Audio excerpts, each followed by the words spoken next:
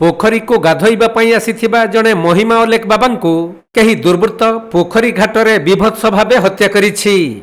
केन्दुझर जिला सदर थाना बांसपाड़ा ब्लॉक उपरराईगुड़ा पंचायत आमुणी गाँव में एहीपरी जघन्य हत्याकांड घटिथिबा बेले मृतक जनक हेउछन्ति आमुणी भराली साहिर श्रीकांत महाकुड़। आज से गाँ निकट पोखरी को गाधोइबा पई जाइथिबा बेले घटिथिला अघटन।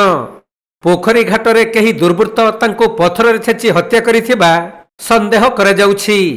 तेबे पोखरी घाटरे श्रीकांतଙ୍କ मृतदेह पड़िथिबा स्थानीय लोक माने देखिबा परे पुलिस को ए नै खबर दिया जाइथिला। तेणु पुलिस पहुंची पारिपार्श्विक स्थिति अनुध्यान करिबा सहित तदंत आरंभ करिसंती।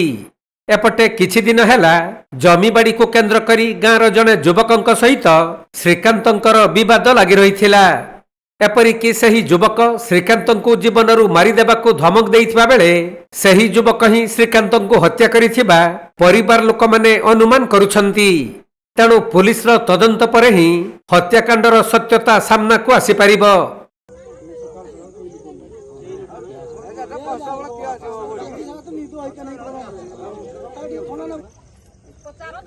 केन्दुझर जिल्लारू दीपेश कुमार बेहेरांक रिपोर्ट कोणार्क लाइव।